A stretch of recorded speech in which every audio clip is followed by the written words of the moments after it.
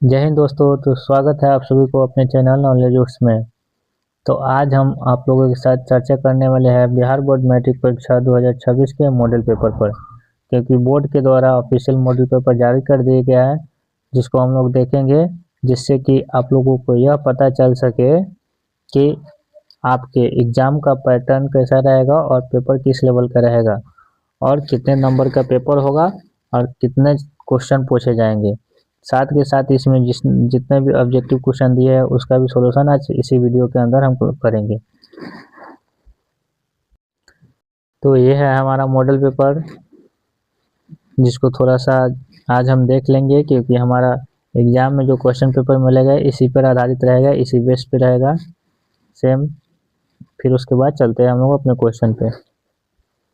तो जैसा कि देखिए इसमें दिया गया हुआ है, जिस तरह से जो भी टेक्स्ट इसमें दिया हुआ है उसी तरह से आपके एग्जाम में रहेगा। जैसे कि यहाँ पे दिया है प्रश्न पुस्तिका क्रमांक, इसी तरह से आपके एग्जाम में भी यहाँ पे प्रश्न पुस्तिका क्रमांक दिया रहेगा। यहाँ पे विषय कोड दिया है, इस तरह से एग्जाम में भी विषय कोड दिया रहेगा। यहाँ पे प्रश्न पुस्तिका सेट कोड दिया रहेगा। कुल प्रश्न कितने पूछे जाएंगे वो दिया रहेगा, और कुल कितना समय मिलेगा एग्जाम में वो भी दिया रहेगा। जैसे कि 2 घंटा 45 मिनट दिया है, 2 घंटा 45 मिनट का आप लोग का एग्जाम होता है।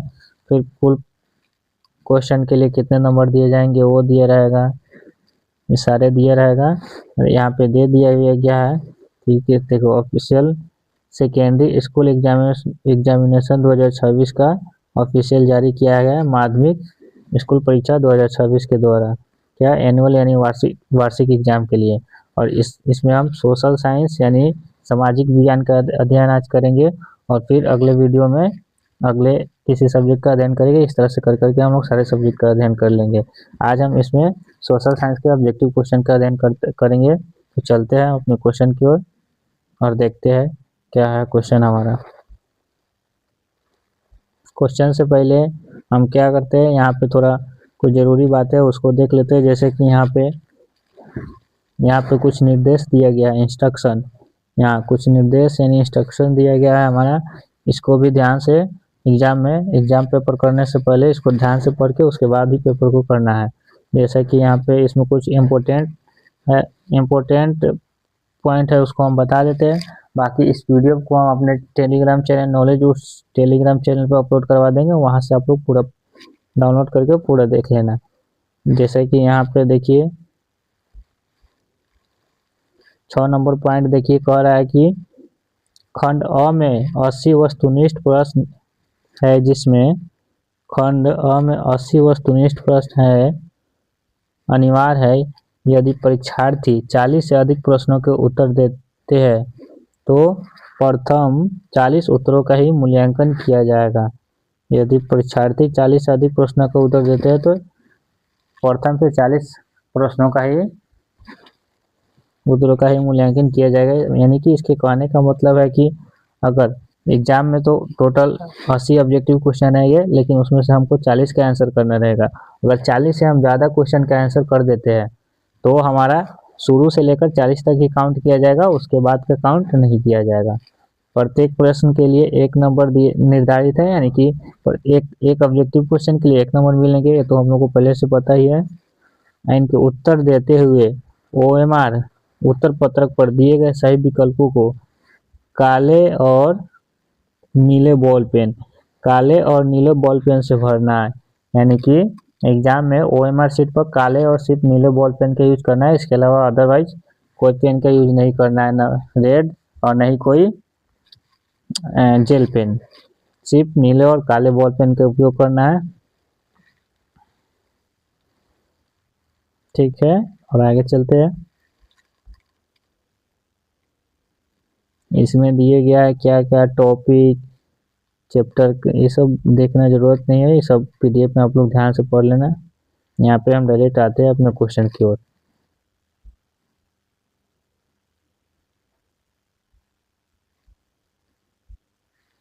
तो हमारा पहला क्वेश्चन है, यहाँ से देखते हैं अपना क्वेश्चन। इसमें हमारा पहला क्वेश्चन है, द्वितीय क्षेत्र की गतिविधियों में निम्नलिखित में से किसे शामिल करते हैं। तो हमारा पहला क्वेश्चन है, द्वितीय क्षेत्र की गतिविधियों में निम्नलिखित में से किसे शामिल करते हैं। तो इसका आंसर हो जाएगा हमारा ऑप्शन डी, इनमें से सभी, यानी कि द्वितीय क्षेत्र की गतिविधियों में विनिर्माण, निर्माण कार्य और बिजली उत्पादन तीनों को शामिल करते हैं, इसलिए इसे क्या ऑप्शन हो जाएगा, इनमें से सभी। क्वेश्चन नंबर 2 है हमारा, भारत में कार्यशील जनसंख्या का बड़ा हिस्सा किस क्षेत्र पर आजीविका के लिए निर्भर है। भारत में कार्यशील जनसंख्या का बड़ा हिस्सा किस क्षेत्र पर आजीविका के लिए निर्भर है। क्वेश्चन नंबर 2 है हमारा, इसका सही आंसर होगा ऑप्शन ए, प्राथमिक क्षेत्र। क्वेश्चन नंबर आगे देखते हैं 3 और 4। क्वेश्चन नंबर 3 देख लेते हैं पहले। क्वेश्चन नंबर 3 हमारा, ब्रूनलैंड आयोग का संबंध निम्नलिखित में से किससे है।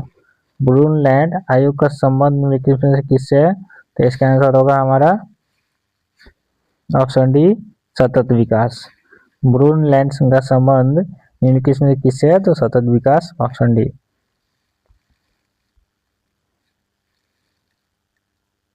Question number 4। क्वेश्चन नंबर 4 हमारा है, आर्थिक नियोजन हेतु राज्य सरकारों से तालमेल तथा सहयोग का वातावरण बनाने के लिए किस संस्था का गठन किया गया था। आर्थिक नियोजन हेतु राज्य सरकारों से तालमेल तथा सहयोग का वातावरण बनाने के लिए किस संस्था का गठन किया गया था। क्वेश्चन नंबर 4 हमारा, इसका सही आंसर होगा नीति आयोग, ऑप्शन बी। किस संस्था का गठन किया गया था, तो नीति आयोग। अगला क्वेश्चन, क्वेश्चन नंबर 5 देखते हैं। क्वेश्चन नंबर 5 है, भारत के प्रथम राष्ट्रीय मानव विकास रिपोर्ट के अनुसार निम्नलिखित में से किसकी उपभोक्ता व्यय क्षमता में वृद्धि हुई। क्वेश्चन नंबर 5 हमारा, भारत के प्रथम राष्ट्रीय मानव विकास रिपोर्ट के अनुसार निम्नलिखित में से किसकी उपभोक्ता व्यय क्षमता में वृद्धि हुई। तो इसका सही आंसर हो जाएगा नगरीय जनता। किसकी उपभोक्ता व्यय क्षमता में वृद्धि हुई, तो नगरीय जनता। क्वेश्चन नंबर 6 हमारा, क्वेश्चन नंबर 6 हमारा है, इनमें से कौन कृषि आधारित उद्योग का उदाहरण है। इनमें से कौन कृषि आधारित उद्योग का उदाहरण है। इसका आंसर हो जाएगा ऑप्शन डी, इनमें सभी, यानी चीनी भी कृषि आधारित उद्योग है, सूती वस्त्र भी कृषि आधारित उद्योग है, और खाद्य प्रसंस्करण उद्योग भी कृषि आधारित उद्योग ही है, इसीलिए इसका सही आंसर होगा ऑप्शन डी, इनमें से सभी। अगला क्वेश्चन हमारा, क्वेश्चन नंबर 7, प्रोकेन्स के अनुसार राष्ट्रीय आय में किसे शामिल करते हैं। प्रोकेन्स के अनुसार राष्ट्रीय आय में किसे शामिल करते हैं। क्वेश्चन नंबर 7 हमारा, प्रोकेन्स के अनुसार राष्ट्रीय आय में किसे शामिल करते हैं, जिसका सही आंसर होगा हमारा ऑप्शन सी, ए और बी दोनों, क्योंकि उपभोग व्यय और विनियोग व्यय दोनों को किस में शामिल करते हैं, प्रोकेन्स के अनुसार राष्ट्रीय आय में शामिल करते हैं। क्वेश्चन नंबर 8 हमारा, शुद्ध राष्ट्रीय उत्पाद की गणना में किसे शामिल नहीं किया जाता है। शुद्ध राष्ट्रीय उत्पाद की गणना में किसे शामिल नहीं किया जाता है, तो किसे शामिल नहीं किया जाता है, तो कच्चे माल की कीमत को, ऑप्शन सी। किसे शामिल नहीं किया जाता है, कच्चे माल की कीमत को, ऑप्शन सी। अगला क्वेश्चन, क्वेश्चन नंबर 9, इनमें से कौन वाणिज्यिक बैंक नहीं है। क्वेश्चन नंबर 9 हमारा, इनमें से कौन वाणिज्यिक बैंक नहीं है। इसका सही आंसर होगा ऑप्शन ए, भारतीय रिजर्व बैंक। भारतीय रिजर्व बैंक क्या है, एक वाणिज्यिक बैंक नहीं है। क्वेश्चन नंबर, नेक्स्ट क्वेश्चन हमारा, क्वेश्चन नंबर 10, सहकारिता के संचालन का दायित्व राज्य सरकारों को कब प्राप्त हुआ। सहकारिता के संचालन का दायित्व राज्य सरकारों को कब प्राप्त हुआ, तो कब प्राप्त हुआ, 1919 में। क्वेश्चन नंबर 11 है, गरीबों को कुचक्र की धारणा किसने दी। गरीबी के कुचक्र की धारणा किसने दी, तो किसने दी गरीबी के कुचक्र की धारणा, तो रैगनर नॉक्स। गरीबी के कुचक्र की धारणा किसने दी? तो रैगनर नॉक्स। क्वेश्चन नंबर 11 का answer option C Ragnar Nurkse. Question number 12 हमारा, इनमें से किस संसाधन का पारिश्रमिक ब्याज है? इनमें से किस संसाधन का पारिश्रमिक ब्याज है? तो किस संसाधन का पारिश्रमिक ब्याज है? तो ऑप्शन सी पूंजी। क्वेश्चन नंबर 13 है, केंद्रीय सहकारी बैंक किस स्तर पर कार्य करता है? केंद्रीय सहकारी बैंक किस स्तर पर कार्य करता है? तो क्या होगा? जिला स्तर पे, ऑप्शन बी।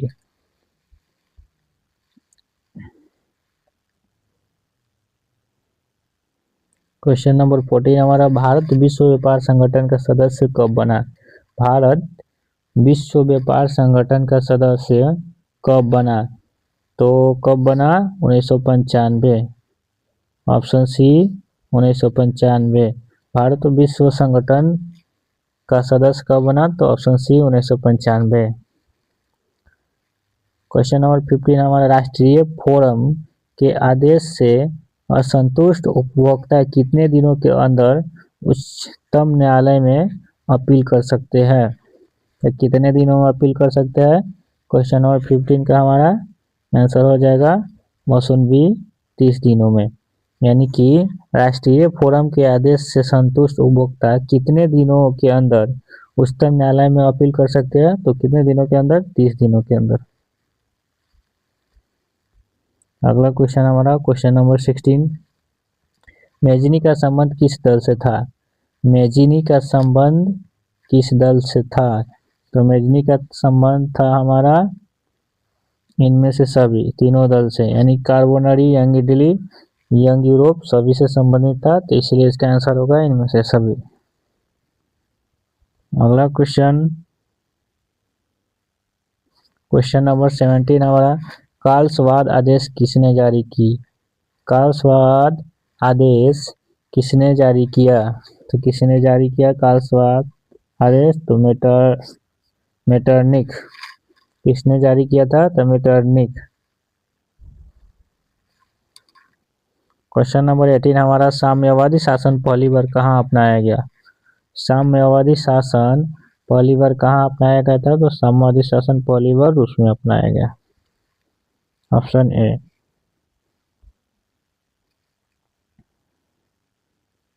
क्वेश्चन नंबर 19, रूस की मार्च क्रांति के बाद वहां किसके नेतृत्व में सरकार बनी?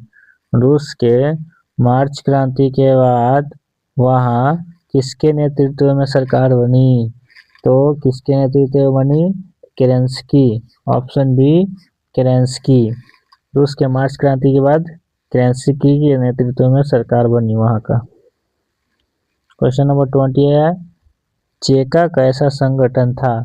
चेका कैसा संगठन था? तो चेका गुप्त पुलिस संगठन था। चेका एक गुप्त पुलिस संगठन था। क्वेश्चन नंबर 21, प्रथम यूटोपियन समाजवादी कौन था? प्रथम यूटोपियन समाजवादी कौन था? तो प्रथम यूटोपियन समाजवादी था हमारा रॉबर्ट ओवन। प्रथम यूटोपियन समाजवादी कौन था? Robert oven. क्वेश्चन नंबर 22, माओवादी की सरकार को निम्न में से किसका समर्थन प्राप्त हुआ? माओवादी की सरकार को निम्न में से किसका समर्थन प्राप्त हुआ? तो फ्रांस का समर्थन प्राप्त हुआ था माओवादी की सरकार को। आंसर हो जाएगा ऑप्शन बी फ्रांस।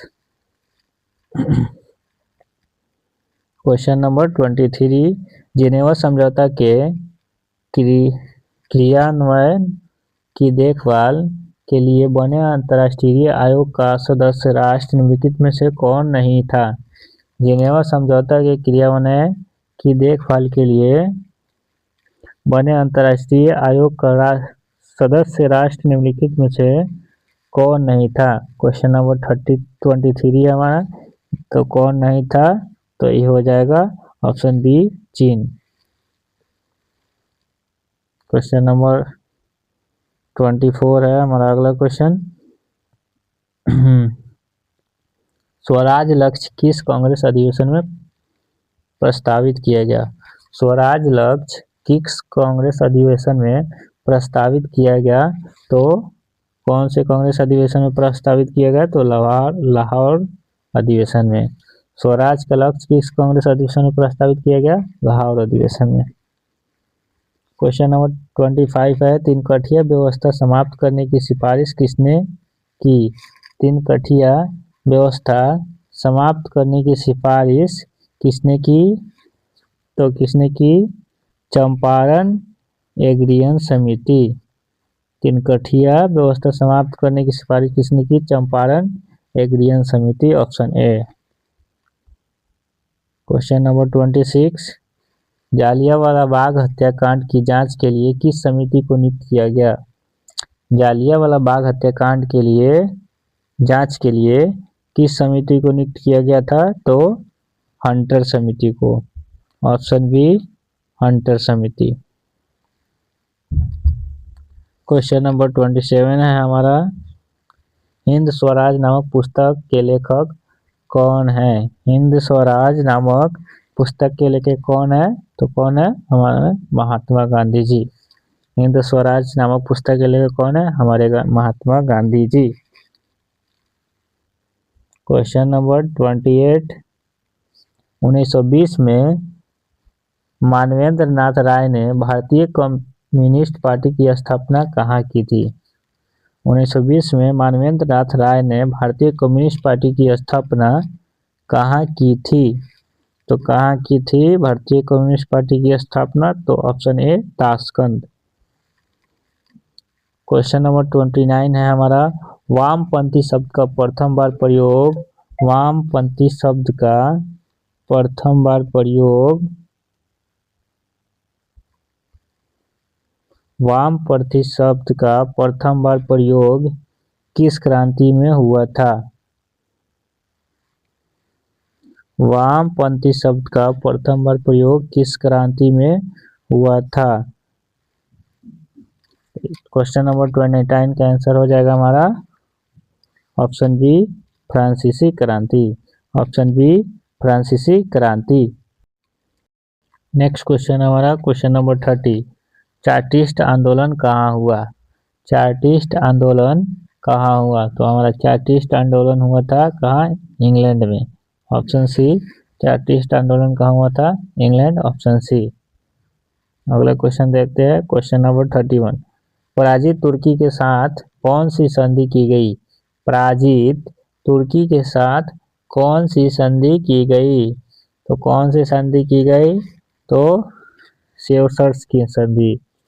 पराजित तुर्की के साथ कौन सी संधि की गई? तो सेवर्स की संधि, ऑप्शन ए। क्वेश्चन नंबर 32 हमारा, गांधी जी ने किस गोलमेज सम्मेलन में भाग लिया?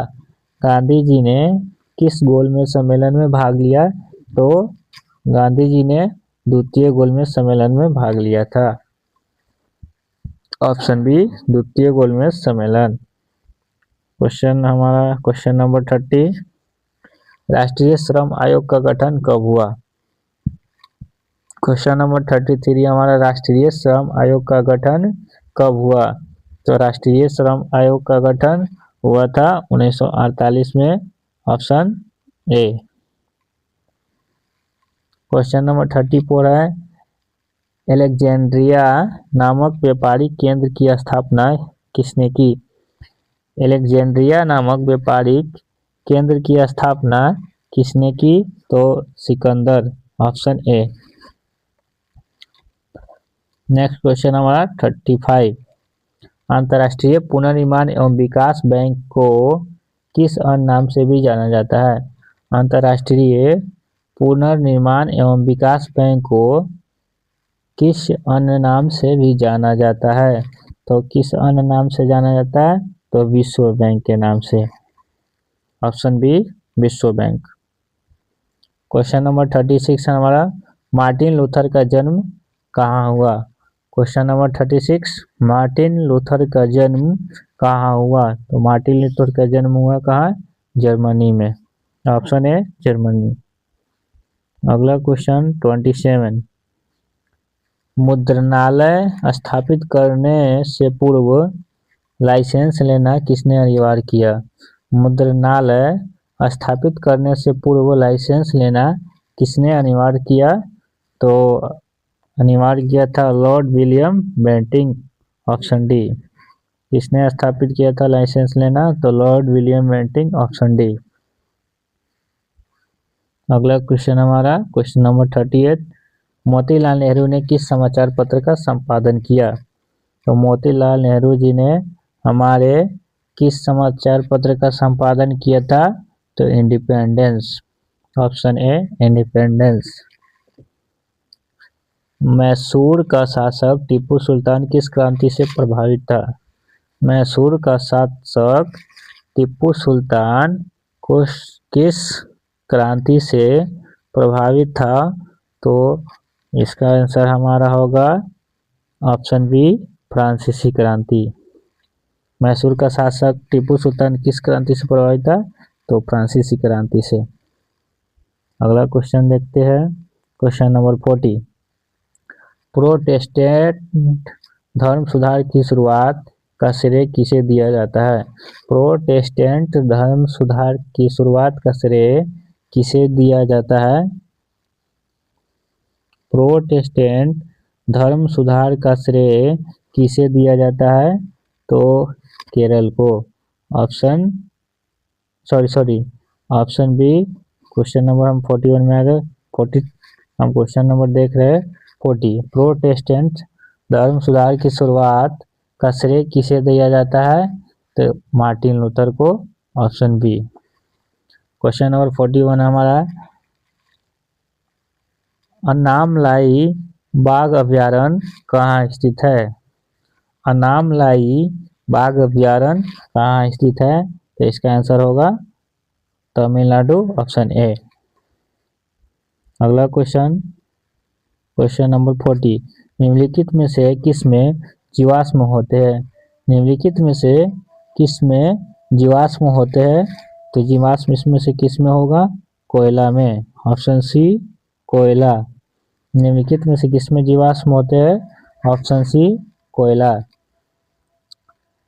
क्वेश्चन नंबर 43, तांबा खनन से कौन सा स्थान संबंधित है? तांबा खनन से इनमें से कौन सा स्थान संबंधित है? Question number 43। तो 43 में कौन सा स्थान होगा? खेतरी। तांबा खनन से कौन सा स्थान संबंधित है? तो ऑप्शन सी खेतरी।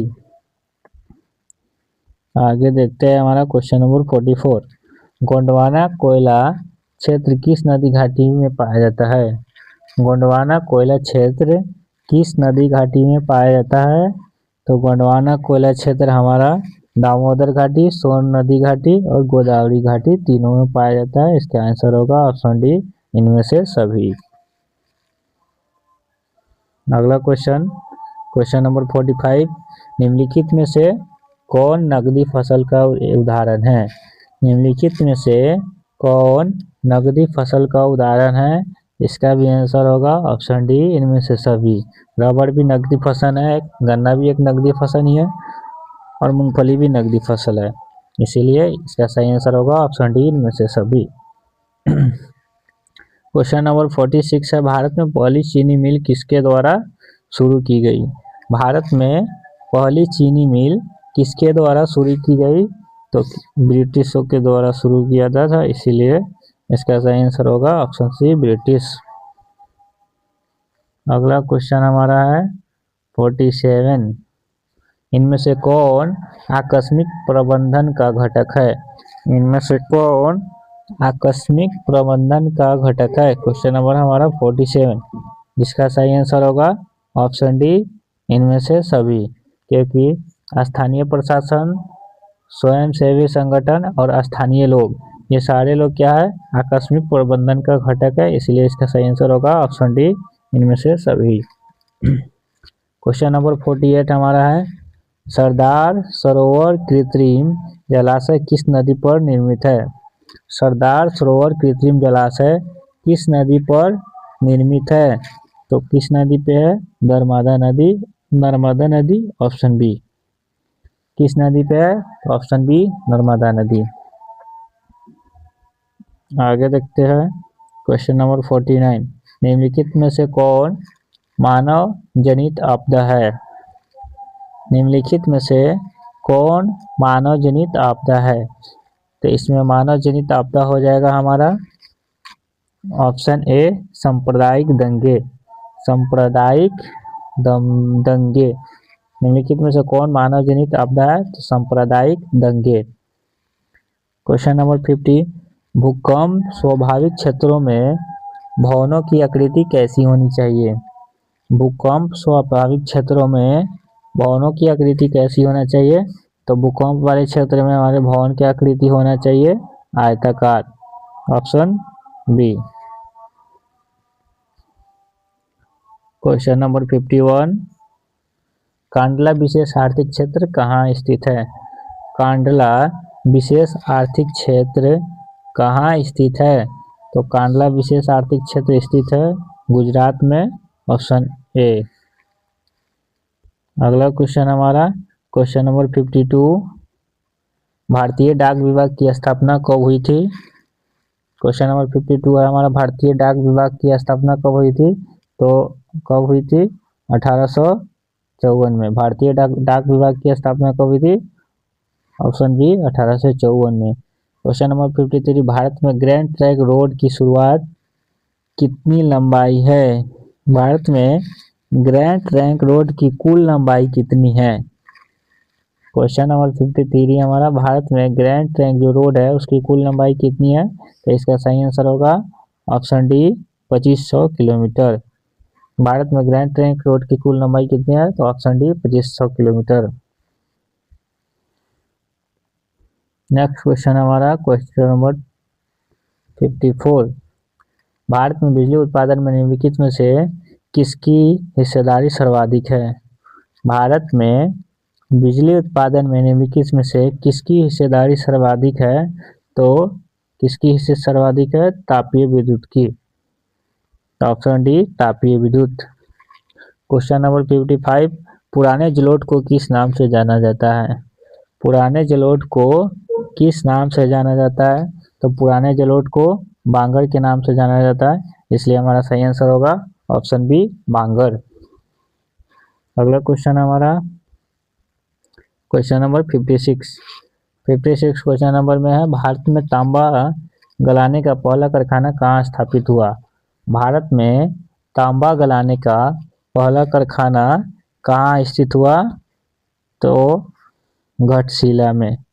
भारत में तांबा गलाने का पहला कारखाना स्थित हुआ घाटशिला में, option B Ghatshila. Question number 57, काजू की खेती के लिए कौन सी मृदा उपयुक्त है? काजू की खेती के लिए कौन सी मृदा उपयुक्त है? तो लैटेराइट मृदा, ऑप्शन बी लैटेराइट मृदा। काजू की खेती के लिए कौन सी मृदा उपयुक्त है? ऑप्शन बी लैटेराइट मृदा। अगला क्वेश्चन हमारा क्वेश्चन नंबर 58, प्रसिद्ध सेंद्रीय उर्वरक स्वतंत्र संयंत्र कहाँ स्थित है? प्रसिद्ध सेंद्रीय उर्वरक संयंत्र कहाँ स्थित है? क्वेश्चन नंबर 58, तो इसका सही आंसर होगा हमारा ऑप्शन सी झारखंड। प्रसिद्ध सेंद्रीय उर्वरक संयंत्र कहाँ स्थित है? तो Jharkhand, option C. Question number 59 हमारा, भद्रावती इस्पात कारखाने में लौह अयस्क कहाँ से प्राप्त होता है? भद्रावती इस्पात कारखाने में लौह अयस्क कहाँ से प्राप्त होता है? तो कहाँ से? बाबा बुदन की पहाड़ियों से। कहाँ से प्राप्त होता है? तो बाबा बुदन की पहाड़ियों से, ऑप्शन सी। क्वेश्चन नंबर 60, इनमें से कौन भूक्षरण का कारण है? यानी से इनमें से कौन भूक्षरण यानी भूमि का कटाव का कारण है? तो भूक्षरण का कारण कौन हो जाएगा इसमें से? तीव्र वर्षा, वनों की कटाई, खनन गतिविधियां, इनमें से सभी। क्या होगा? इसका सही आंसर हो जाएगा इनमें से सभी। क्या है कि वनों की कटाई के कारण ही भूक्षरण होता है, तीव्र वर्षा के कारण भी होता है, और खनन यानी खुदाई के दौरान भी होता है, खनन गतिविधियां उसके कारण भी भू का क्षरण होता है, भूमि का क्षरण होता है हमारा। क्वेश्चन नंबर 60 का आंसर हो जाएगा ऑप्शन डी इनमें से सभी। अगला क्वेश्चन देखते हैं क्वेश्चन नंबर 61, मोनाजाइट किस राज्य में प्रचुरता से पाया जाता है?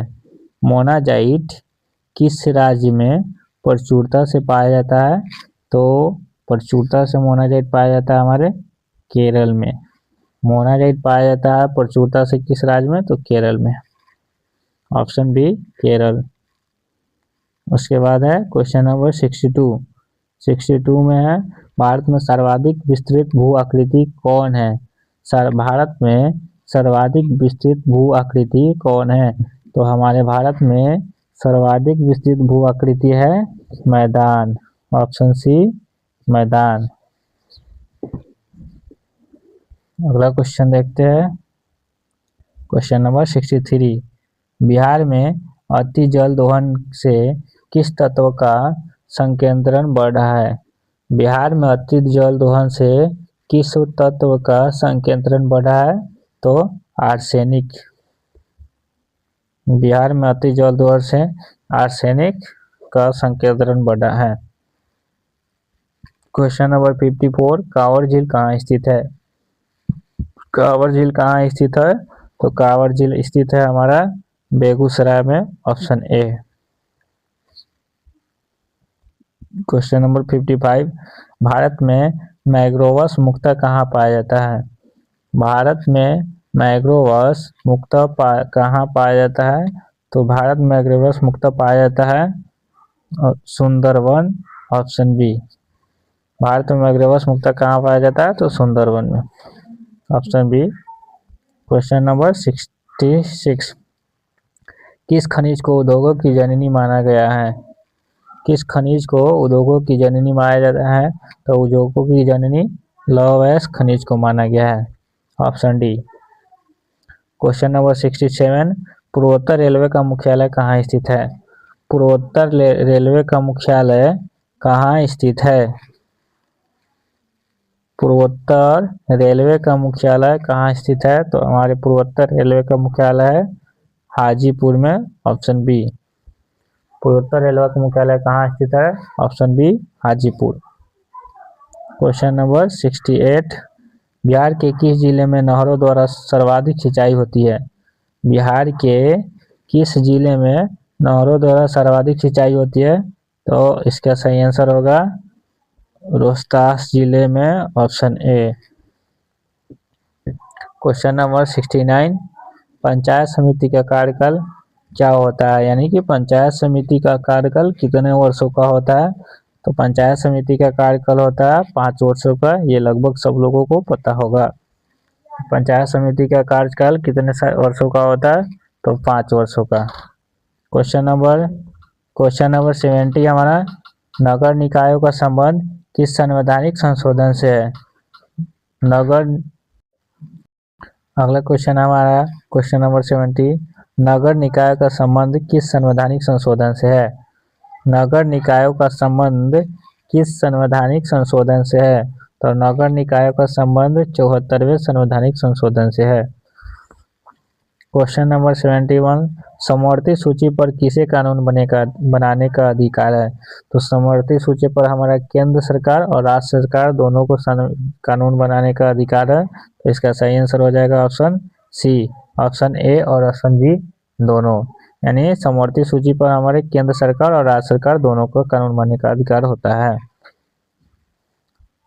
आगे देखते हैं क्वेश्चन नंबर 72 ग्राम पंचायत में निम्नलिखित में से किसके लिए स्थान आरक्षित है? ग्राम पंचायत में निम्नलिखित में से किसके लिए स्थान आरक्षित है? अनुसूचित जाति एवं जनजाति, पिछड़ा वर्ग, महिला। इसका सही आंसर हो जाएगा हमारा इनमें से सभी, क्योंकि ग्राम पंचायत में इनमें से सभी के लिए स्थान आरक्षित है। अनुसूचित जाति एवं जनजाति के लिए भी, पिछड़े वर्ग के लिए भी और महिला वर्ग के लिए भी। नेक्स्ट क्वेश्चन हमारा क्वेश्चन नंबर 33 निम्नलिखित में से कौन एक केंद्र शासित प्रदेश है? निम्नलिखित में से कौन एक केंद्र शासित प्रदेश है? तो इसमें हमारा केंद्र शासित प्रदेश है जम्मू कश्मीर। Option B. अगला क्वेश्चन नंबर 74 पंचायत समिति का प्रधान कौन होता है? पंचायत समिति का प्रधान कौन होता है? तो हमारा पंचायत समिति का प्रधान होता है प्रमुख। Option B. पंचायत समिति का प्रधान होता है प्रमुख। आगे देखते हैं क्वेश्चन नंबर 75। नेपाल के लोकतंत्र की वापसी कब हुई? नेपाल में लोकतंत्र की वापसी कब हुई? तो नेपाल में लोकतंत्र की वापसी हुई 2006 में। ऑप्शन सी 2006 में। क्वेश्चन नंबर 76 है, कितनी जनसंख्या पर जिला परिषद का गठन होता है? कितनी जनसंख्या पर जिला परिषद का गठन होता है, यानी कि एक जिला परिषद कितने जनसंख्या को मिलाकर बनाया जाता है, यानी एक जिला परिषद का गठन कितने जनसंख्या का होता है? तो इसका सही आंसर हो जाएगा ऑप्शन डी 50,000 जनसंख्या, यानी कि पूरे 50,000 जनसंख्या को मिलाकर एक जिला परिषद का निर्माण किया जाता है। आगे देखते हैं क्वेश्चन नंबर 77। नगर निगम का कार्यकाल पदाधिकारी कौन होता है? नगर निगम का कार्यपालक पदाधिकारी कौन होता है? तो नगर निगम का कार्यपालक पदाधिकारी होता है नगर आयुक्त। ऑप्शन सी नगर आयुक्त। क्वेश्चन नंबर 78 है, लोकतंत्र का प्राण किसे कहा जाता है? लोकतंत्र का प्राण किसे कहा जाता है? तो लोकतंत्र का प्राण कहा जाता है राजनीतिक दल को। Option B. आगे क्वेश्चन नंबर हमारा 79 है, बम्बई राज्य का विभाजन कर किस राज्य का गठन किया गया? बम्बई राज्य को विभाजन कर यानी कि बंटवारा कर किस राज्य का गठन किया गया? तो जब हमारा बम्बई राज्य का विभाजन किया गया तो गुजरात और महाराष्ट्र दोनों का गठन किया गया, इसलिए हमारा आंसर होगा ऑप्शन सी ए और बी दोनों, यानी बम्बई को विभाजन करके किसका गठन किया था? गुजरात और महाराष्ट्र। ऑप्शन ए और बी दोनों को। अगला क्वेश्चन हमारा क्वेश्चन नंबर 80। क्वेश्चन नंबर 80 है हमारा, यूरोपीय संघ का मुख्यालय कहाँ है? यूरोपीय संघ का मुख्यालय कहाँ है? तो यूरोपीय संघ का मुख्यालय है ब्रसल्स। यूरोपीय संघ का मुख्यालय है ब्रसल्स। Option B. यूरोपीय संघ का मुख्यालय कहाँ है? यूरोपीय संघ का मुख्यालय है ऑप्शन बी ब्रसल्स। तो ये क्वेश्चन नंबर 80 के साथ हमारा 80 क्वेश्चन पूरा हुआ, क्योंकि सोशल साइंस से हमारे एग्जाम में टोटल ऑब्जेक्टिव का 80 क्वेश्चन दिए जाते हैं, जिसमें से हमें 40 क्वेश्चन करने होते हैं और 80 के 80 क्वेश्चन हम लोग कर लिए हैं। 80 क्वेश्चन पूरे हो गए हमारे। और आप लोग चाहते हैं कि इसी तरह से और सब्जेक्ट का मॉडल पेपर का क्वेश्चन का अध्ययन हम करवा दें, तो आप लोग वीडियो की कमेंट बॉक्स में कमेंट करें और चैनल को भी सब्सक्राइब कर लें, ताकि जिससे कि हम दूसरा मॉडल पेपर का सॉल्यूशन लेके आए तो सबसे पहले आपके पास नोटिफिकेशन चला जाए। जब तक के लिए थैंक यू, जय हिंद एंड धन्यवाद।